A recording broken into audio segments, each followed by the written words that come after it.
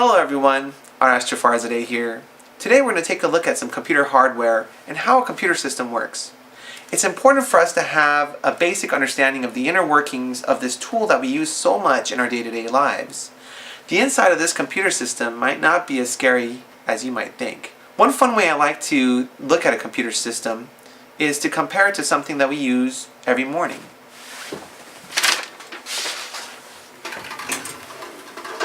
Like a toaster. It might not look like they have any similarity at first glance, but in fact they do. Usually the way we use a toaster is we'll take a piece of bread, put it inside the toaster, press a button, wait a certain amount of time, the toaster will do something to it, and out pops a fresh piece of toast. A computer is not that dissimilar. You give the computer some input, it does something to it, and returns a modified product. So, for example, if I give the computer 2 plus 2, it returns 4 to me, just like I give the toaster bread and it returns toast to me. Let's take a look at some specifics. Your computer system is divided up into input and output devices. Input devices are things that send information into your computer, and output devices are things where information is coming out from your computer. So, for example, a keyboard sends input into the computer, therefore it's an input device. I'll type my keys and it sends the signal inside the computer, giving it some directions. A mouse is also another example of an input device. We're sending information into the computer system. A monitor is an example of an output device. This is because the computer system is sending information out to the monitor for us to see. A webcam would be an example of an input device. It takes pictures of us and sends it into the computer. Speakers are examples of output devices. The reason is because the signal is coming out, creating sounds from the computer. We have a few other ones down here, like this microphone. The microphone would be an input device. We're sending information into the computer. This tiny little printer would be an example of an output device. That's because the computer is sending information out to it so that we can create some cool prints. The last one I'll talk about is this thing. This is a scanner. And we usually can put a document in here, have it scan in as an image into our computer system. This would be an input device because it sends the image information into the computer.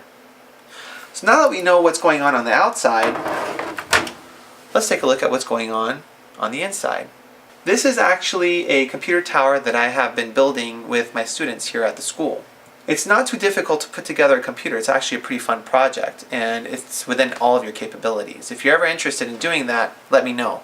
But you're actually going to learn the basics right now. Let's take a look inside. You'll see a lot of things going on the inside. This outer shell is known as the case. Its primary function is to keep the insides nice and safe from things that are on the outside, and it also helps keep the system cool.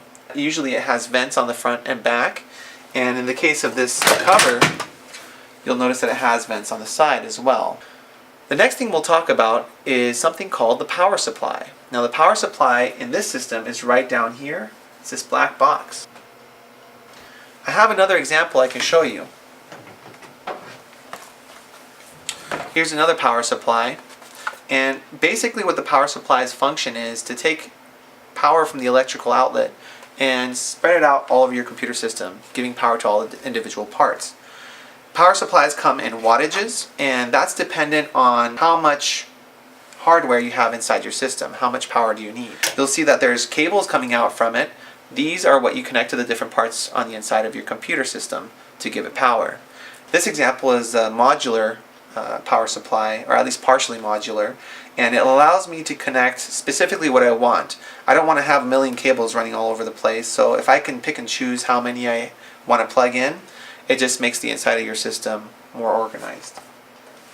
The next thing we'll talk about is the system board, or the motherboard. The motherboard can be found in the very back, and you can see everything's kind of connected on top of it. I have another example for you to see here. This one's a little old, so some of the slots and things like that are outdated, but you can get the general information from it. As I mentioned, it has some slots on it. These slots are expansion slots. It allows me to connect peripherals, video cards, things like that we're going to cover in a minute. There's some long slots here There's a big rectangular slot here. We're going to get into all that in a little bit, but the one I want you to take a look at while we're on the topic is this little chip right over here. This chip is called the BIOS. Essentially, when your computer turns on, it needs to have some information about what's connected to it, what time it is, just things that get it off the ground, get it started. Well, all that information is stored on this little chip called the BIOS. Now, if we take our motherboard and turn it on its side, you'll notice that there are a whole bunch of ports along the side. This is actually what you see on the back of your computer system. It's connected to your motherboard. And you can see ports like an area where you can plug in your speakers. Your USB ports are right here for your USB devices. This is where you can plug in your Ethernet cable for your internet. This one has an integrated video card, which we're going to talk about. That goes right here. Well, everything connects to that motherboard, and the motherboard is allowing things to communicate with each other. That's why the surface looked like a city. There's a section on there that's rectangular, and it's on this motherboard as well, but it's being covered by this big round thing, which we're going to get to in a second. Behind this round thing, there is a small chip that looks similar to this. This is a CPU. The CPU is like a big brain. All it does all day long is think, think, think. CPU stands for Central Processing Unit. So it's processing information. You give this guy 2 plus 2 and it spits out 4. The CPUs usually come in hertz. So you'll see 2.5 gigahertz, things like that. There's two main companies that make CPUs, AMD and Intel. The CPU gets quite hot, and it needs a special way to stay cool. That's where this comes in. This is known as a heatsink, and basically what it does is it helps keep the chip underneath nice and cool.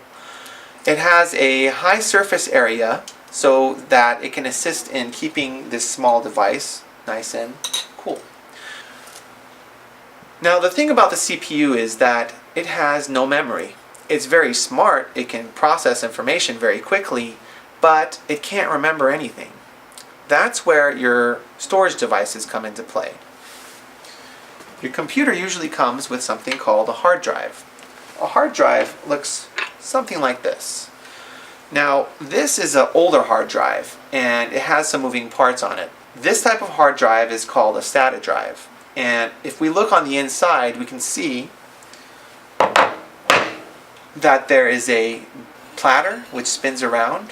There is an arm with a head on the top. And later on we're going to talk about how this stores information. But for now, we know that all of your computer's software, Windows or Mac, the Mac operating system, Microsoft Word, your games, everything that you have for your computer system is in here. And this is your computer's long-term storage. There are other types of hard drives as well, and they're becoming more and more common. This is a hard disk drive, but there's also something known as a solid-state drive. A solid-state drive, like the name suggests, has no moving parts. The advantage there is that it's much faster, and you won't have to have something moving to go pick up the information for you. Now, in addition to your computer's long-term memory, like the hard drive, your computer also needs some short-term memory. That's where RAM comes into play. RAM stands for Random Access Memory. We can see it in the example here. It's these two long blue chips right next to the heatsink. We can take a closer look at them right here. These are really old examples of RAM, but the concept still remains the same. Let's take a closer look at how this works.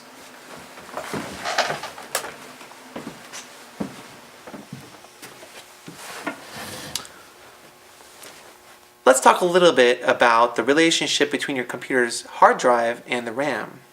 We're here at the school's library to help us figure that out.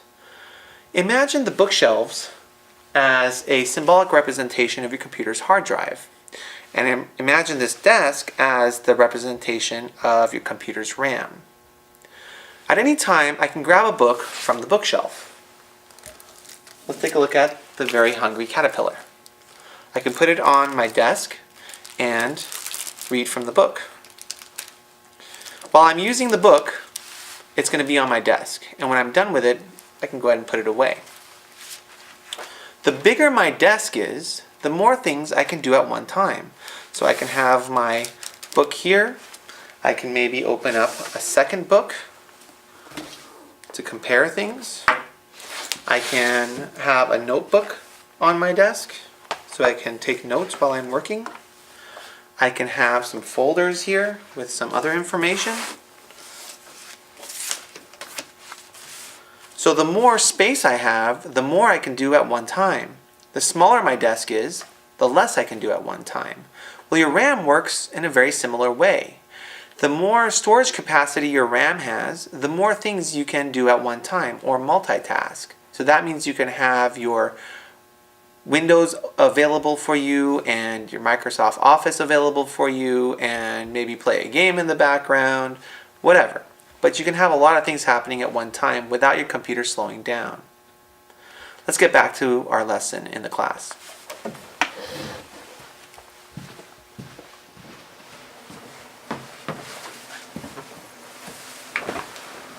Well, now that we have some of the basics down, let's talk about the monitor.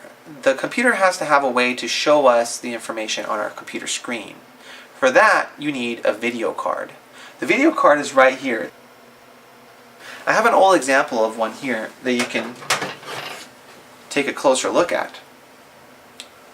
This video card basically has an output here where it can send the signal out to your monitor.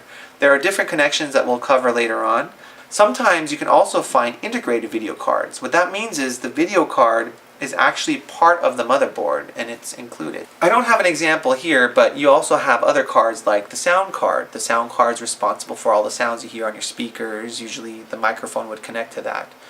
Generally, your motherboard will have the sound card again integrated on it. Another type of card that you'll find is a network card. The network card allows us to connect your computer to the web. Again, that is usually included with the motherboard as well, but some motherboards require you to have your own network card. The last thing we'll talk about is the drive right up here. This is a CD, DVD, Blu-ray drive, and on the inside it looks like this rectangular piece of equipment, and it's designed to play your optical discs. Now, one thing you might be wondering is, if I'm using a laptop, how in the world do they fit all these things inside that smaller device? Well, the truth is, a laptop has all the same stuff. The only thing is that a laptop is more compact, so your hard drive is smaller, the pieces are fit together more tightly and more efficiently. So that's the only difference, but the inside of your laptop has the same stuff. Now, your optical discs, your hard drive, all those things require something called software, and that's the next part of our lesson.